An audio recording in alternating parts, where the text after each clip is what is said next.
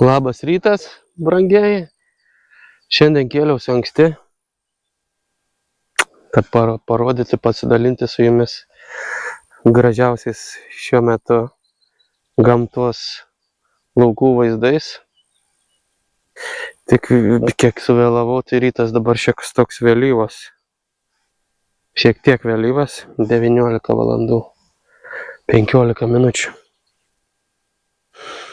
Bet vis tiek skubu su jumis pasidalinti. Kvapas, oi, kvapas gniaužia. Pasiekia visas sielas gelmes. Ir tas dusgesėlis. Praeitą kartą nelabai pavyko su vaizdais. Kameros nustatymai buvo. Vaikai priešdikavę. Dabar lyg ir gerai viskas. Ramiai atsisėdę susireguliavau. O kai reikės skubėti ir nepavyko greitai. Tai va, ką mes čia turim. Ar girdite? Va, reikia gal tam sekti. Kuku.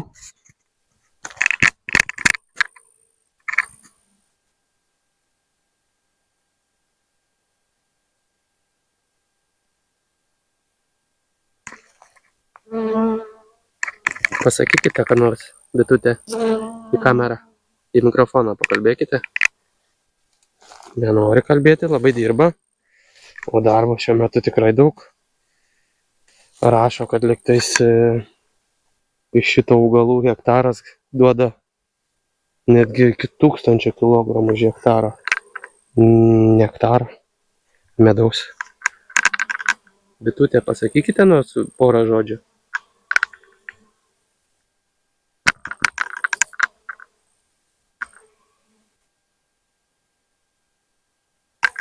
Nežinau, kokie čia kiekiai tų bičių. Bet bičių gal irgi koks 1000 kilogramų hektarė yra.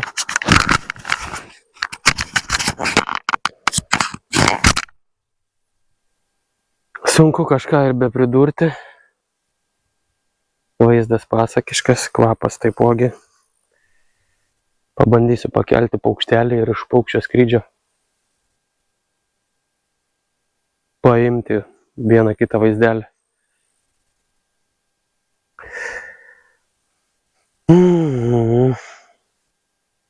Nu, čia reikia gyvai pabūti, kad pajusti tą visą gėrį. Vėjuko nėra, tai kvapas nepakartojamai saldus.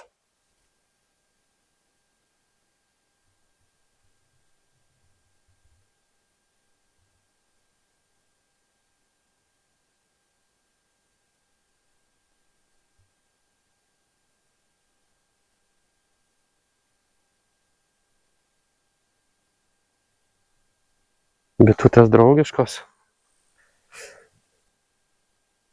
Au, nesispardyk. 1, 2, 3, 5. Parodykit, kur jūsų kibirėliai. Kažkoks vabalėlis ropoja, dar irgi nori. Na, kasgi nemėgsta saldumynų. Turbūt retas, kuris gali atsisakyti.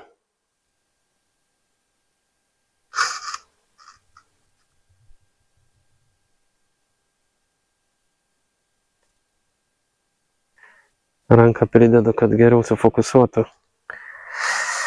Nežinau, ar pavyksta. Oje, kiek čia tų bičių.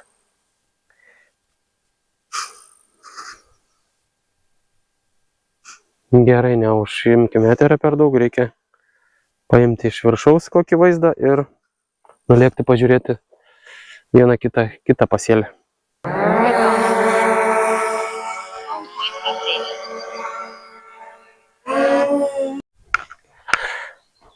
Šiuo metu vis dar intensyviai žydi ruginiai vykiai. Heirvečas angliškai. Plaukuotasis vykis, jeigu būtų pažodžiu išvertus. Kur sugulė kaip patalas, tai jie jau buvo pasiekę gan didelį ūgį, jau 2 metrus. ir tada, nuo 1,5 iki 2 metrų ir atsigulė. Tada vėl pradėjo leisti naujus ūglius. Ir taip tas žydėjimas dar ilgiau užsitęs. Bet taip jau yra su jais. Raugius jie sulaužo labai greitai. Kur labiausiai sugulė, tai čiut drėgnesnės vietos. Tai augimas pats didžiausias. Yra čia ir asparcetų vienas kitas, kuriuos čia jau prieš 2 ar 3 metus. Jie tokie asparcetai labai ilgai, kol įkimba. Iš jų kokią derliaus tikėtis, tai nežinau, 2 arba 3 metais reikia. Jeigu juos auginti.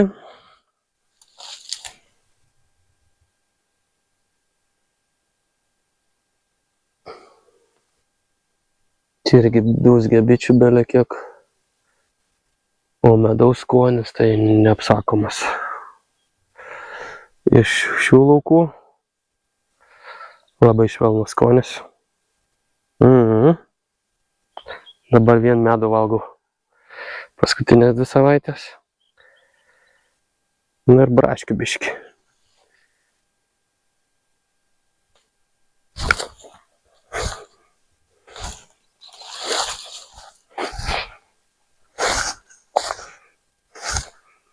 Čia turbūt žvėreliai jau pramynė takelius.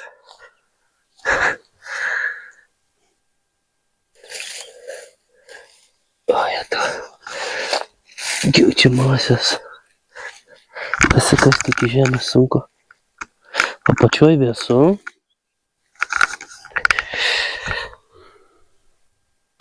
Nes storas sluoksnis augalinės dangos labai gerai izoliuoja. Palaiko žemėje vėsumą, taip tauposi drėgmė. Ir netgi esant labai mažam kritulių kiekį.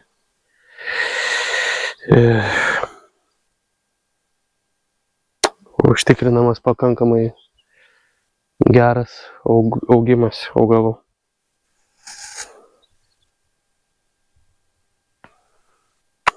Ką reikia nulėkti gal į kviečius pažiūrėti, kaip durpėje atrodo.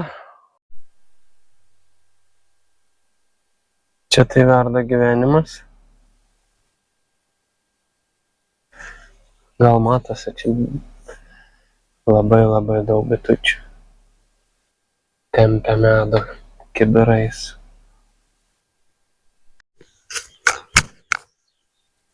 Stabtelėjau prie kviečių nedurpynė. O čia kabo insekticidas. Natūralus. Nebijok, bičiuli. Žmonėms reikia pamatyti.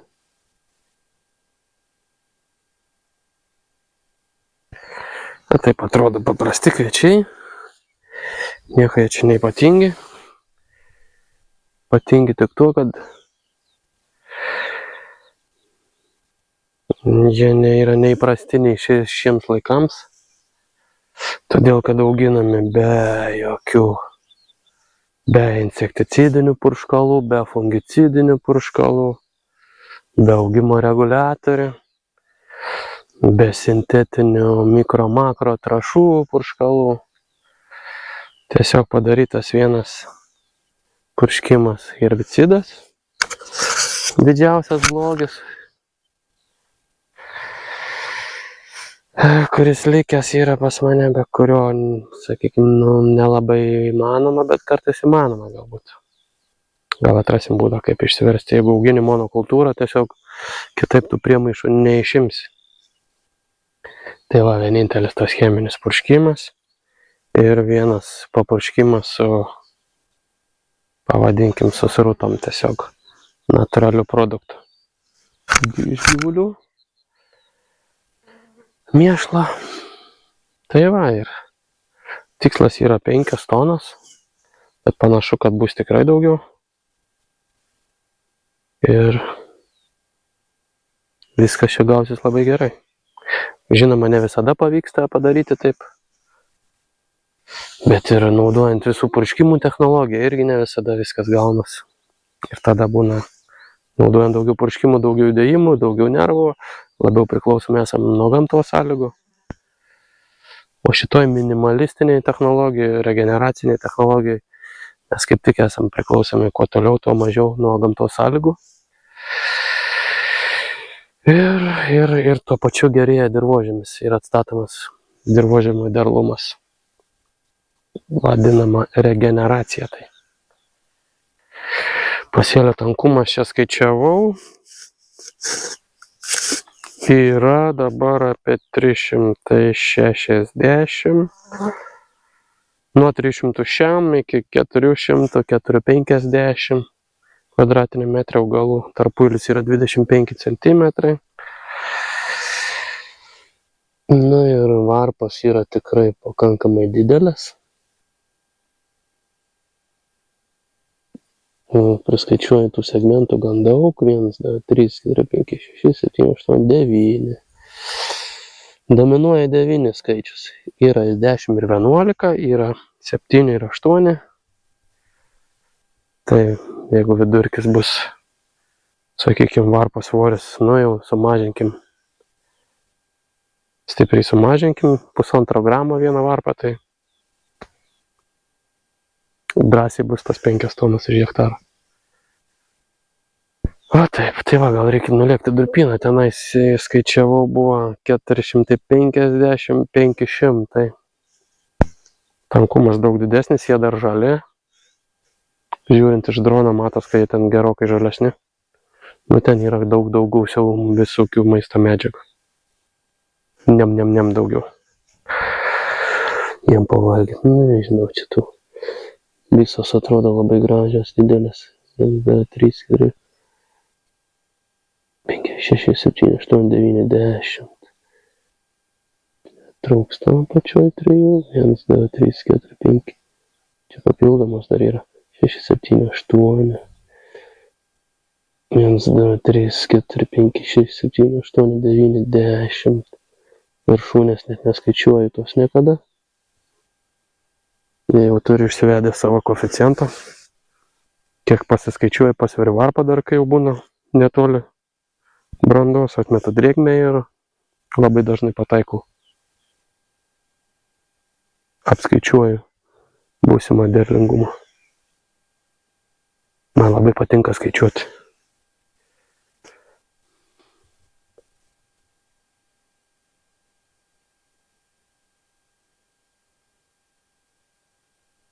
Va kvieteliai iš kito krašto, kaip atrodo, čia žalesni. Žalesni žaliukai.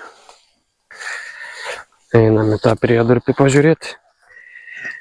Ai, nors čia gal loma toks irgi biškį juodžemėlis.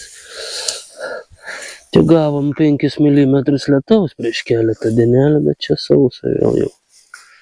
Nors taip jų ranką pridėjus lyg ir gaiva tokia jaučiasi. Sliekų kakučiai pagamina jie valgyti. Sliekai labai geri kulinarai, jie gamina mūsų augalams valgyti. Įvairiausių kepsnių, kepsnelių, pyragėlių.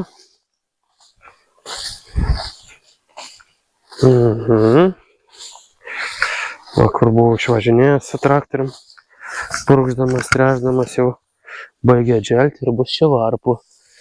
Didelių varpų netgi yra. 1, 2, 3, 4. Čia dviguba kokia. 5, 6, 7, 8, 9. Pamparam. Gražu žiūrėti. Lipikai labai gražus. Stikivydas. Labai gerai. Arbatą galima gerti. Lipikas yra iš ta pati augalų šeima kaip ir kava. Labai gerai valo organizmą. Netgi išplauna inkstų akmenis. Akmenis ir plytos įvairiausias susidariusias organizme. Smilguolė prasimušė. Gal kad biškį pamažė tą normą herbicidą naudoju. Nužalumas čia kviečių, tai wow. kaip padaryti visą dirvožemį tokį. Čia gal jau tas priedurpis labiau, smėldurpis. Duokit man durpės. Gaila, kad tik tais gal nepilnai kokį procentą nuo bendro ploto turiu tokios durpės. Ir aišku, jie įsimėtė gabaliukais ne vienam plote. Potencialas žvėriškas čia yra. Tai va čia ir tankumas didesnis yra. Nu, gražu, čia gražu. 8, 9, 10. 1, 2, 3, 4, 5, 6, 7, 8, 9, 10. 1, 2, 3, 4, 5, 6, 7, 8, 9, 10. Va. Dar papildomas. 1, 5, 6, 7, 8, 9, 10. Dedu papildomą. Išlenda. Seniau irgi tokių rasdavau, galvodavau, kad galbūt nuo purškalų stebuklingų, kurios naudodavau karts nuo karto. Bet pasirodo, ne purškus irgi tokių yra ir dar daugiau.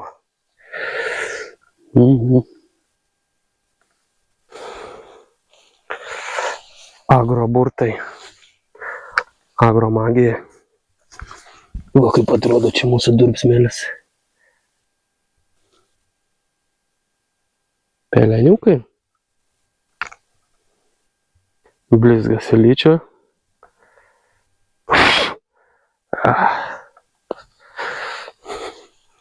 Mėžis įsimaišęs.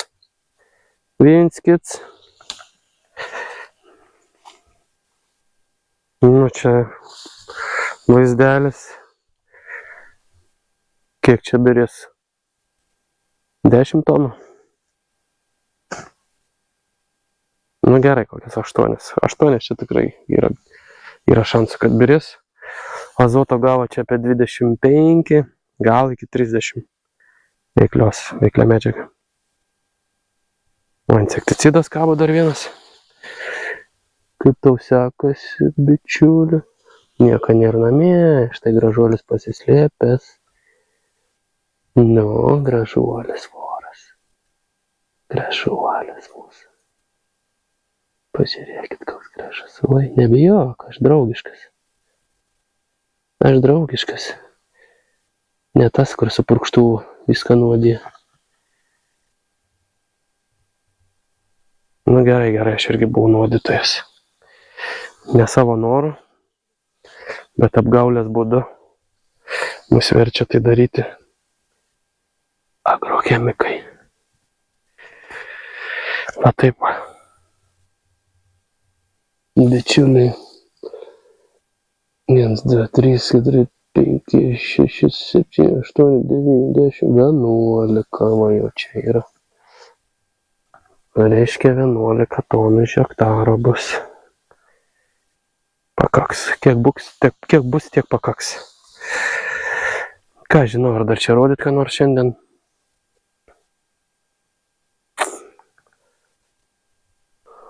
Tylu, ramu, gera. Ten Vikutė jau į pabaigą žydėjimas. Bet čia tie keli milimetrai lietaus vėl išprovokavo. Žiūriu žydėjimo. Viršūnės pailgėja ir su naujais žiedynais. Žydi baltukai.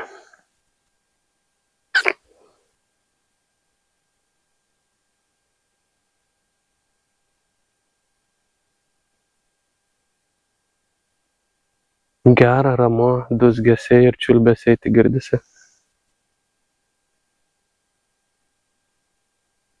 Nuostabus metas, viskas žalia. Žydinčių dar augalų nemažai.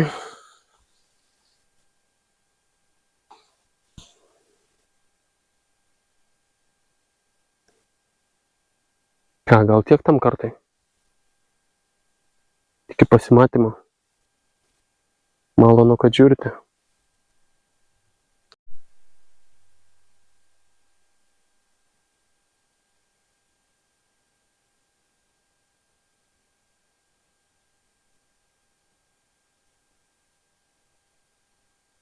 Grashoperis. Kur tu?